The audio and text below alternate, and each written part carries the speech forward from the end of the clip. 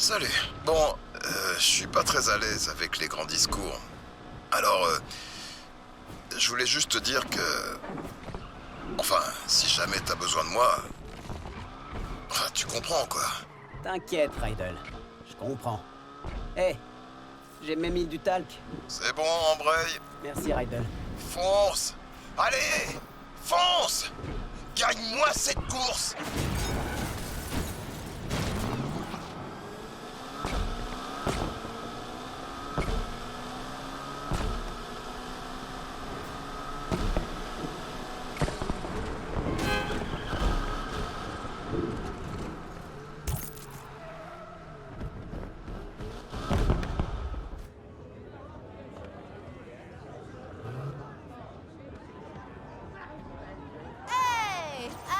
Qui veut devenir riche?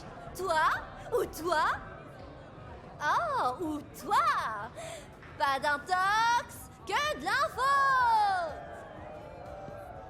Yo. On dirait qu'Alec m'a déjà remplacé. J'avais l'air aussi ridicule. Ouais, carrément. Vous sentez ça? Vous le sentez? Il lâche une fortune pour nous arrêter. Debout, Lakeshore! On fait quoi si ça marche? Mémorable! J'en sais rien. On monte un crew, on sauve le monde, on rentre à la maison, on parle famille autour d'une bière et d'un barbecue. On fait la même chose qu'avant, mais en pas pareil. Montrons-leur de quoi est fait le lake.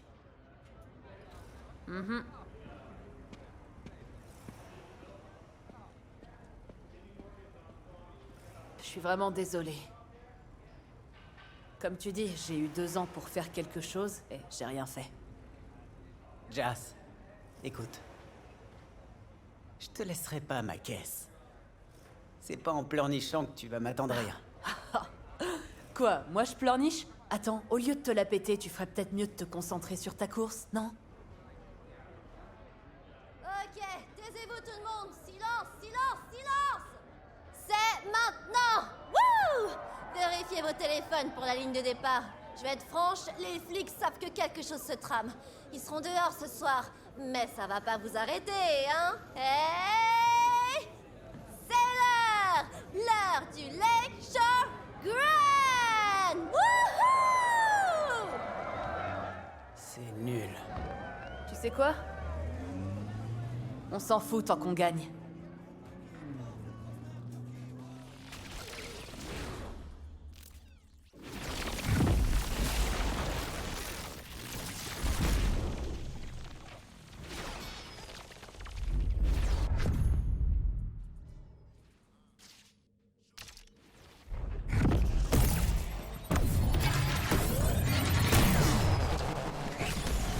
Un bon départ, ça aide à finir en beauté. Ça compte pas, faut regarder ailleurs. La prochaine fois, je prendrai pas de gants. Rydell a misé sur le mauvais cheval. Ils veulent clairement pas qu'on finisse la course. Centrale, nous poursuivons plusieurs suspects.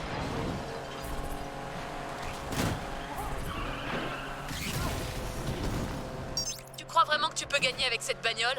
Tu t'inquiètes pour moi? Je m'inquiète pour ta sécurité, ouais. C'est beaucoup trop forte pour toi. Ici l'unité de patrouille, on arrive. On doit s'arrêter, la voiture est foutue.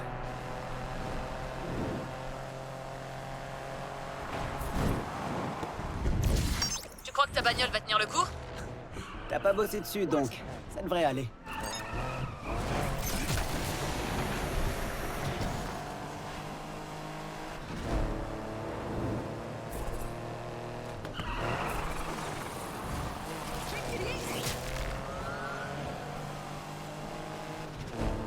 Le Grand est à moi.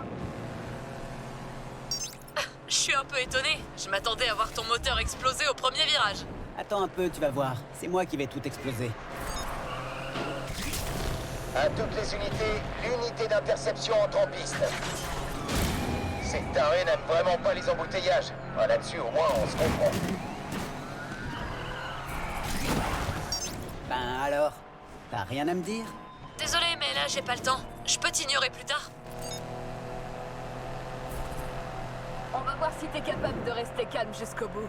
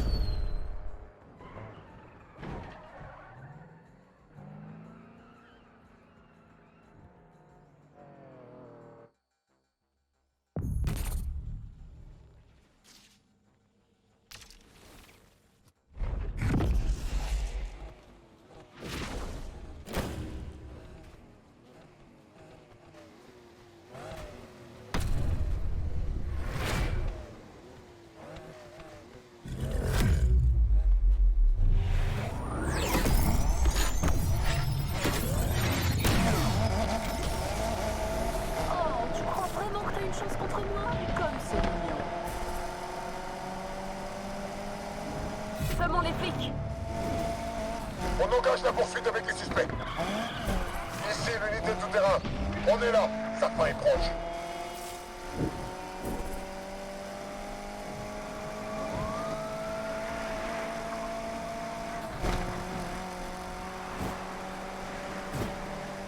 Je te pensais incapable de passer la première manche? T'espérais que j'allais me planter, c'est ça? Non, j'aurais eu la haine de te battre par accident. Ici l'unité de patrouille. On engage la poursuite. J'attends le bon moment pour tenter un truc.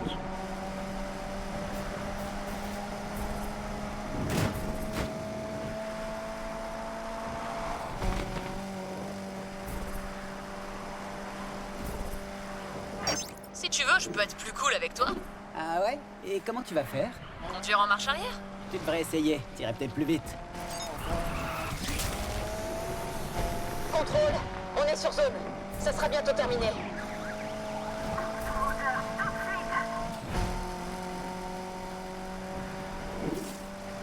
Je te connais, tu tiendras plus très longtemps. Salut! Ouais, Jazz, quoi encore? Je voulais juste vérifier que t'étais encore en course. Tu conduis les yeux fermés? Ça expliquerait pas mal de choses. Centrale, on doit s'arrêter, là.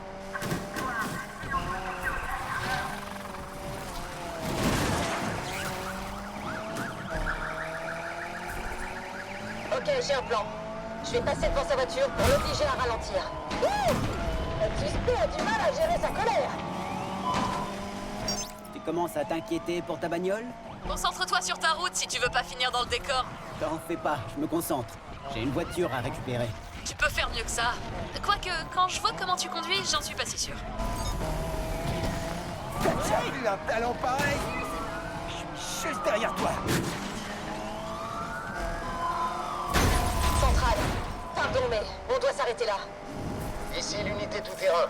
Nous engageons la poursuite.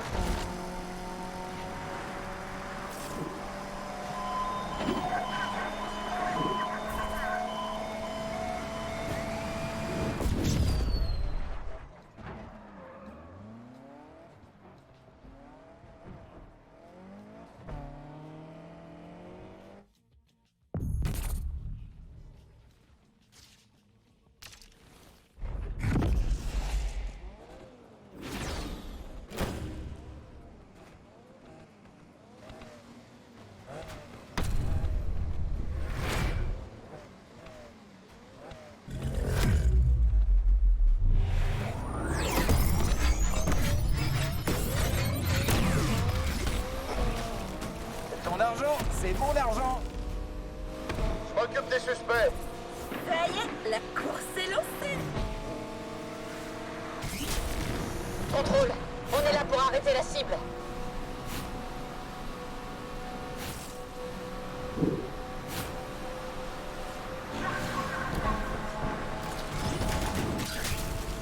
Bah alors, Jazz?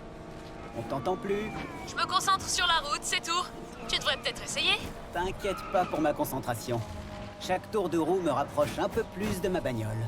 Arrête, t'as toute la vie pour dire des conneries. Fais une pause. Pas mal du tout. Salut les gars, l'unité banalisée est là.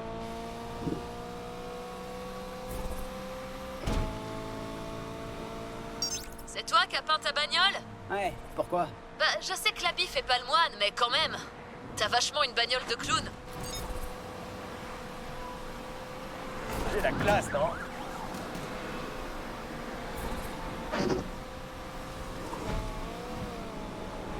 C'est la dernière ligne droite. T'as intérêt?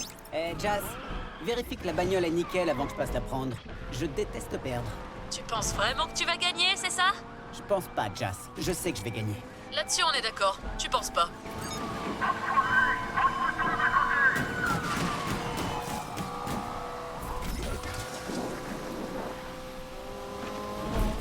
Oh, ça commence.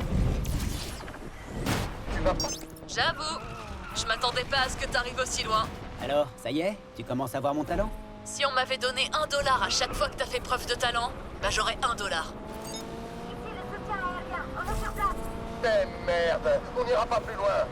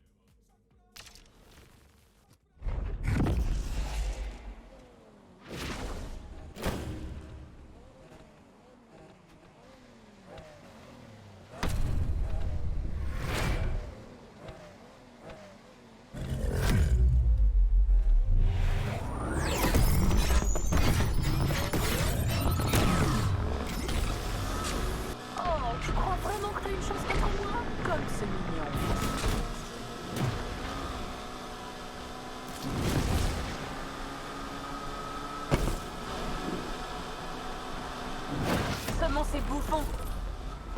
Centrale, nous poursuivons plusieurs suspects.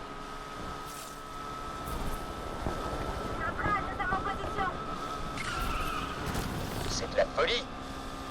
C'est maintenant. Tu vas garder ton sang-froid?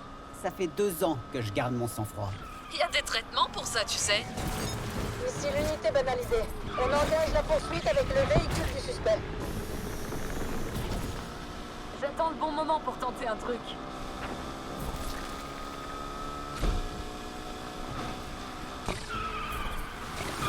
L'unité tout terrain est là. On gère. Allez vous prendre un café.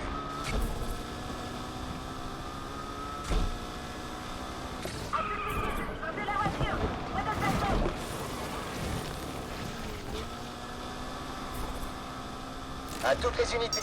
Profite bien de ma bagnole, Jazz. C'est la dernière fois que tu la conduis. C'est ça, t'as raison. Sa place est plutôt dans un musée.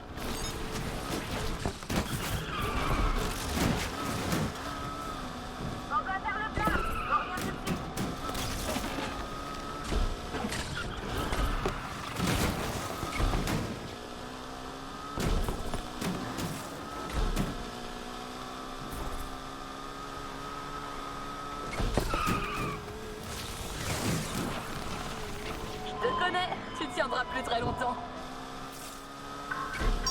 J'ai hâte de voir ta tronche quand tu me rendras les clés. La baffe du crapaud n'atteint pas la blanche colombe. Quelle répartie! Centrale, on doit s'arrêter là. Merde.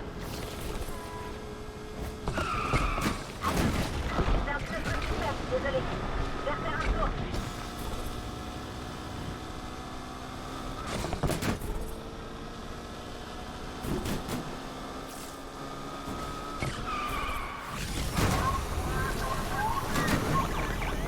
J'y arrive.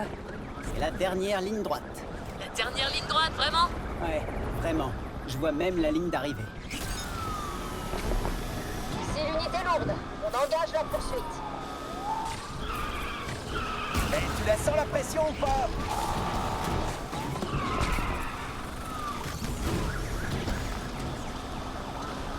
Centrale, ici l'unité d'interception. On est sur zone.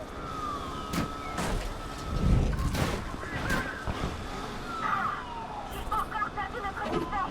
Ici l'unité aérienne. On rentre pour faire le plein.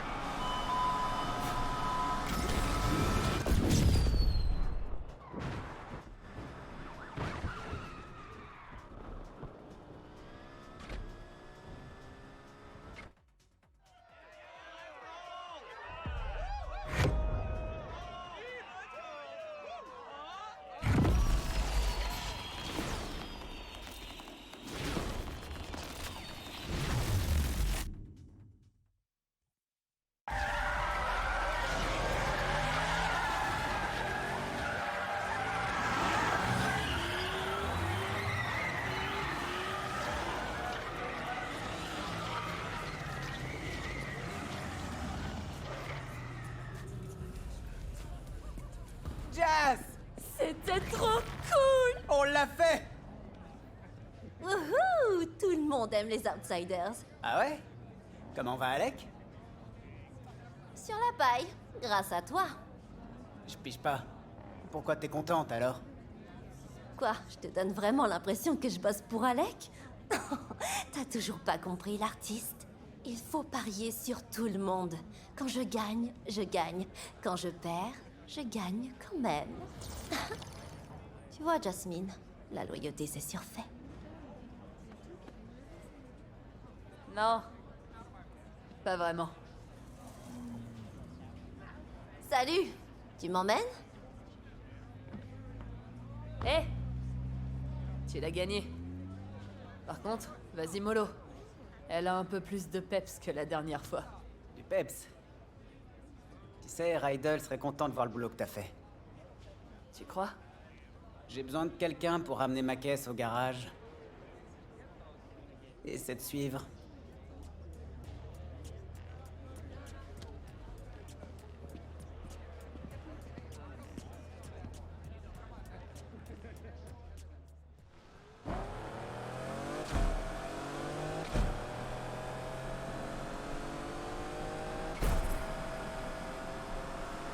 T'avais raison, Jas. Elle déchire tout, cette bagnole. Je te l'avais dit. Quand je pense à ce que j'aurais pu faire au volant de ce petit bijou. Genre te planter au premier virage? T'as oublié ce qui vient de se passer? Non mais avoue, t'as déjà perdu ton calme. Perdre, ça tu connais. C'est violent là. Trop tôt peut-être? Vas-y mollo, d'accord? Tu rigoles. J'ai attendu 2 ans. Je vais pas prendre de gants avec toi. Comme tu voudras, mais viens pas te plaindre après. T'as dû bosser comme une dingue pendant 2 ans, j'imagine. Jour et nuit. Ça se voit. Mais... comment t'as fait pour pas gagner au volant de cette merveille? Tu vas pas me lâcher, hein? Hors de question. J'ai tellement de souvenirs dans cette ville. C'est notre ville. On a réussi, Jas. On a marqué l'histoire de Lakeshore. C'est maintenant que les choses sérieuses commencent. Une fois que t'es au sommet, tout le monde veut te faire tomber. Crois-moi. Ils peuvent toujours essayer. Avec cette bagnole, j'ai pas grand-chose à craindre. Rydell va être comme un dingue en la voyant. Et moi, tu penses qu'il va dire quoi en me voyant? T'es inquiète? C'est une tête de mule. Tu t'es bien regardé? Je suis pas une tête de mule. Ah ouais? Tu te rappelles le jour où t'as commandé la plus grosse glace du menu, avec toutes les options? Et? J'entends encore Rydell. Tu finiras jamais tout ça, ma petite. Et alors? Tu t'es forcé à tout bouffer. Et au final...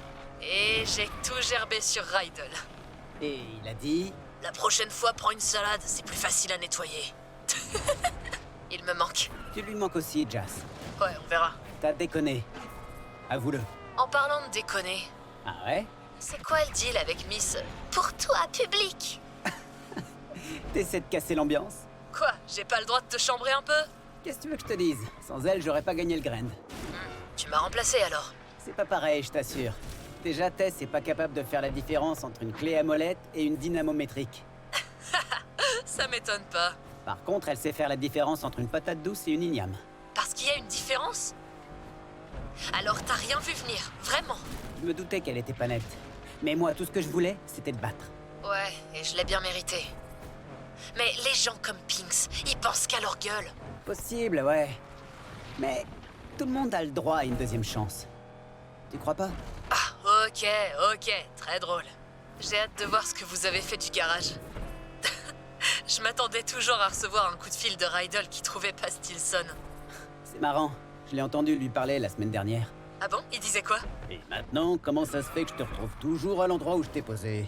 Je lui ai dit que c'est toi qui planquais sa clé pour déconner. Tu veux que je fasse demi-tour ou quoi? Jas, t'as pas intérêt à te barrer avec ma bagnole. Je te promets rien.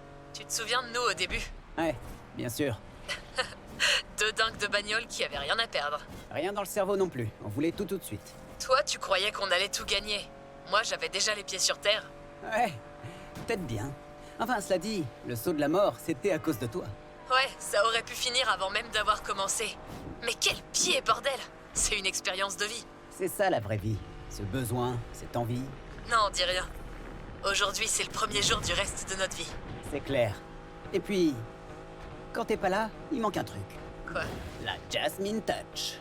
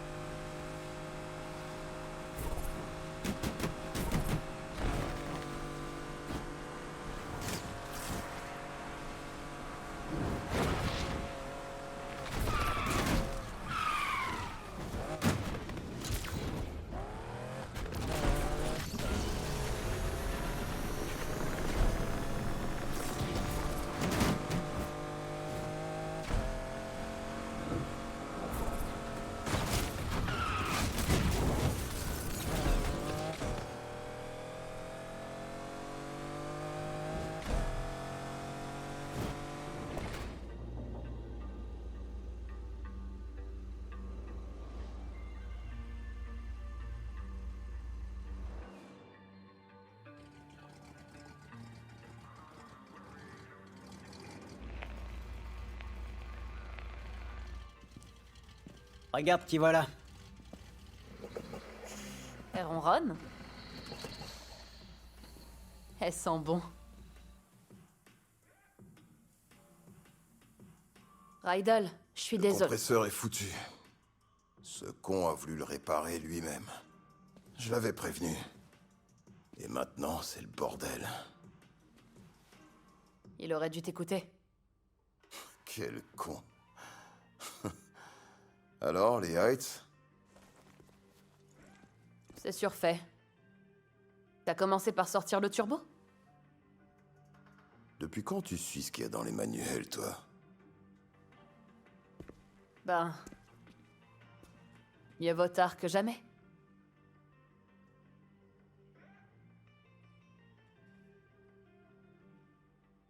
Ouais, j'avoue.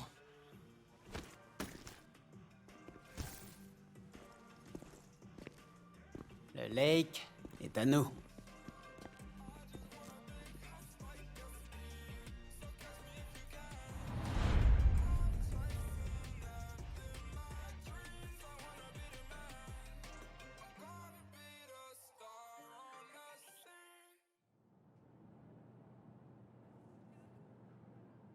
Street racing started in the street, right? So it's street. Hip hop is street. When you think about urban wear, which is skateboarding brands, which is called streetwear, it's all from the hood. And it doesn't necessarily mean it has to be a urban metropolitan or like hood. It's just for racing, for hip hop. Oh, as far as the correlation in hip hop, street racing, the big rims and shit like that. Spinners. Spinners were made to try to cool down exhaust and all of that shit. We took it to hip hop in the early 2000s. All the ballers had spinners on their trucks and all of that shit, 24-inch rims. Even decking your car out. The car culture is really like essentially a street and hip hop culture. Struggle. That's what everyone comes from. So hip hop started from struggle. It was people who would take their parents' records, right? And they knew that in the beginning of this record is 10 seconds that the drum is just looping. What they'll do is put that on the Serato turntable, and then they'll loop that 10 seconds, and that's your beat. Then they'll take another record, put it on the other side of the turntable, and that gives you your percussions and your hi-hats. And then they just take a microphone and rap. Hip-hop was, the foundation is built off sampling initially, like essentially. And that's the whole, that's what we do. So I think everything that goes into it, I think the struggle speaks out the best. And we all know that. It's the struggle. Everybody who wasn't like born with a silver spoon in their mouth, even those born with a silver spoon in their mouth, they always feel a need to show that they're worthy, that they need to show their parents, man, I'm not just no hedge fund baby. Like I got this. I know rich billionaire, born billionaire who own multi-million-dollar businesses by themselves, and there's not no Trump thing where the dad gave him only a $10 million loan. Like, what the you know what I'm saying? It's like people who do it themselves. And I think that even if you have a silver spoon, just keep going, because if you stop, bro, you can't afford to stop. No one can afford to stop. Because if you stop, it's over. And that's the truth. And for lack of better words, in the most simplest terms, if you stop, it's over. We all share the same thing, which is struggle. And for anybody struggling, I just want some words of encouragement. ASAP, meaning always strive and prosper. It's not what you think. It's not as soon as possible, but we took a positive riff on and put a spin on something that meant quickly. But for us, it's everything but fast. It actually has more of a positive perspective. And it was some form of encouragement that promoted prosperity and ambition amongst the young brothers. There's a lot of people where I come from who have a lot of capabilities and different backgrounds, but we never really exercise those tools or anything like that because we so stuck in our situations or trying to live up to a facade that was, put in front of us that we got to live up to and other people's expectations. I think always strive to prosper is just creating your own path for your own destiny, but not going rogue and not giving up. It's always about the encouragement. I think the message for striving is easy. It's because it's so easy to give up. It's so easy to give up.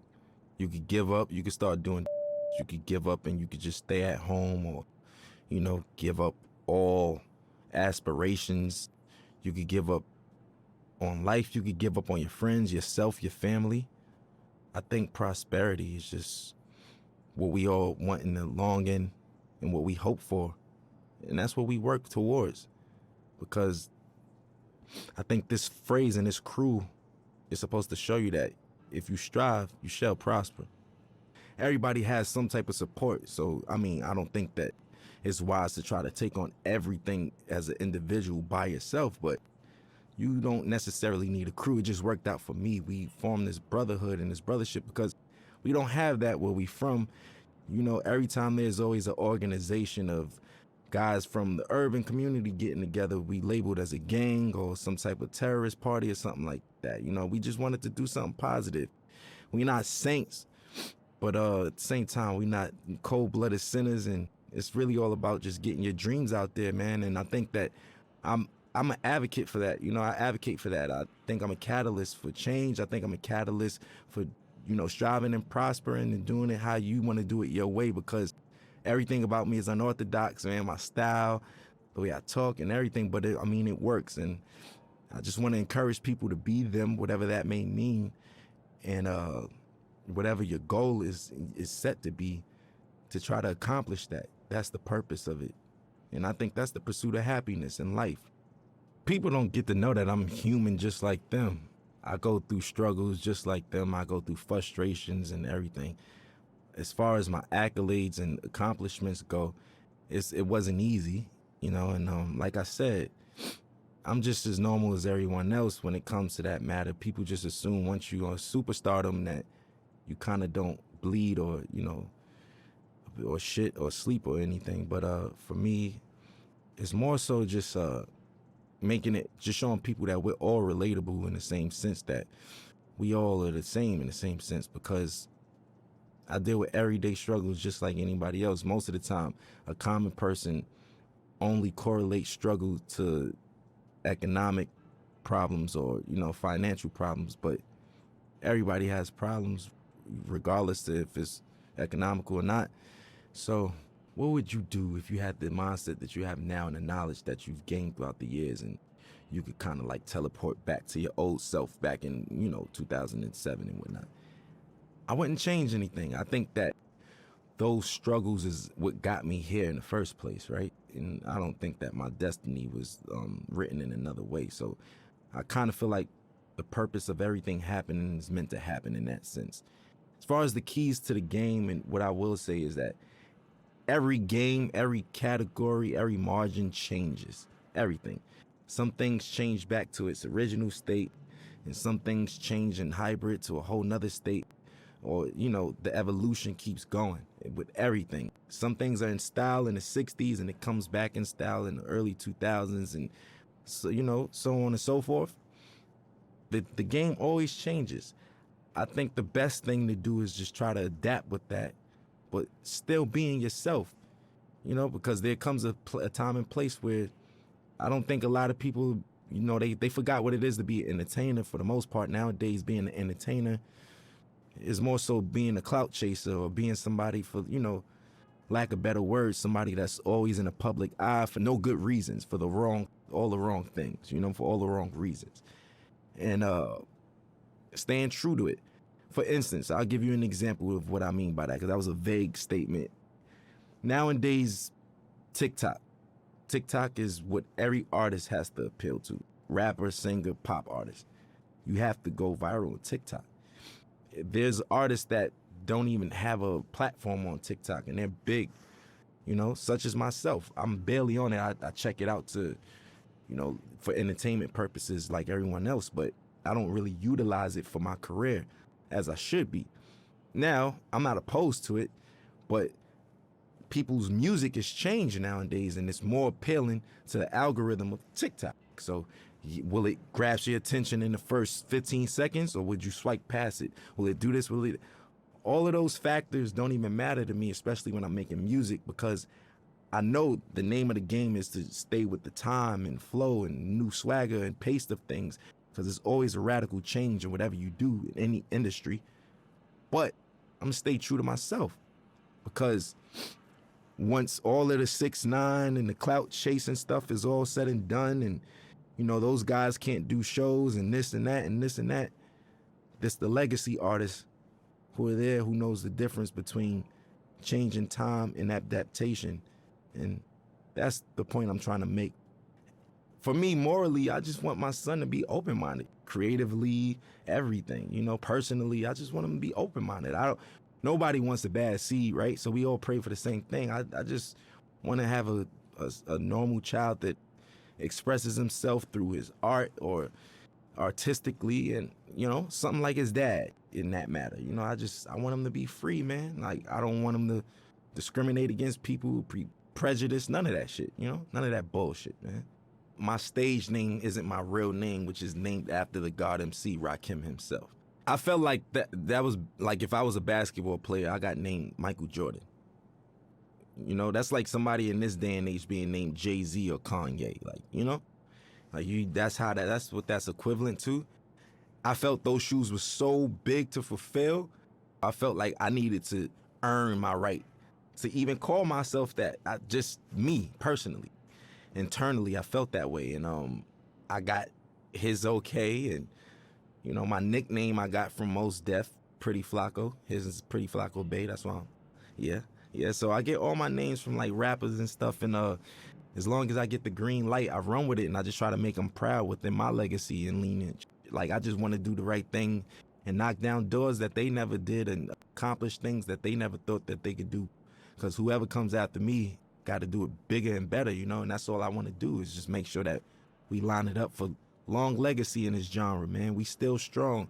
Going on 40 years, man. We still here. I want to make everybody proud, you know? That's just me. I'm eager to do that. I want to make everyone proud, honestly. You know, and even you guys, just being able to say, I worked with that guy. You know what? I respect his shit. I like his shit. I'm proud of that kid. Like, I with him. That's what I want. That's what I'm in it for. That's what I do it for.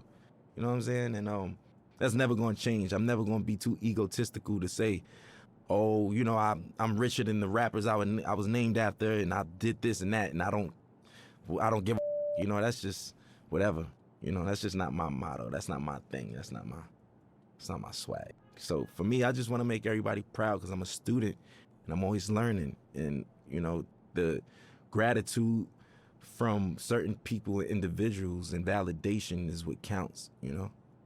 I grew up in a household of 4 siblings, but in general, there's 14 of us. And yeah, man, it's a lot of us, a lot of responsibilities. I'm the oldest, I'm the oldest from my pop's side, so my pops passed away, and here I am with my brothers, and I'm like a dad figure in that sense. So that's why I was like, I kind of been a dad for a while now, technically, you know? It taught me I was just a weird man. I was like different from all of them. I was a strange one, you know what I'm saying? Like, I like the weird shit, like music that people wouldn't even suspect me to like. Like, what kid you know like Bob Dylan and Buddy Holly and these motherfuckers and shit, you know what I'm saying? Like, listening to Bob Marley and Buju Banton, and I don't know. I'm just, do you, because where we from, it's supposed to just be, yo, I only listen to you know what I'm saying? I only listen to hoodie rap. That's it. I'm a killer. You know what I'm saying? That's the attitude. But now it's just like, if you're not on that, you advocate for and all that. If not, it's just, you know, it's braggadocious shit. Not to say that I don't have that in my rhymes. That's just the culture we come from. But I think that there's more to me than just like that layer of just braggadocious, lackluster shit, you know, that everybody's doing. And the layers go way deeper than that, you know? And I want you to invent your own style, right? On top of that, your rapping capabilities have to be God level. And when I say that, I mean you got to be able to go on your index and pick different flows, different cadences, and, you know. Also, I think what makes you a really, really, really dope MC today is when so many people from different backgrounds with you and can relate to you or listen to you, you know? And it's just like so many people speak to one demographic or target one demographic, but when you have that wide range of just different people and different backgrounds that come together and can agree upon like the body of work or just that artist in general, I think that's what makes you like God MC and somebody who doesn't do the whole bells and whistles cheat code clout thing. Like, you know, that's just it.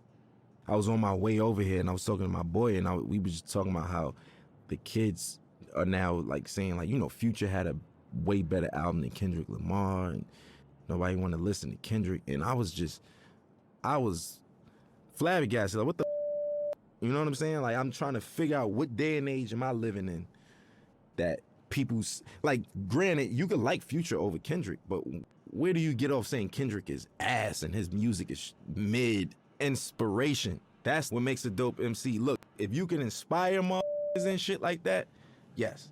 So individuality, rapping capability, a sign of development and being mature, and last but not least, inspiration, man. If you can inspire, you know what I mean, people from different backgrounds and all that shit and reach on those people, that's what I feel like is like technically God MCs.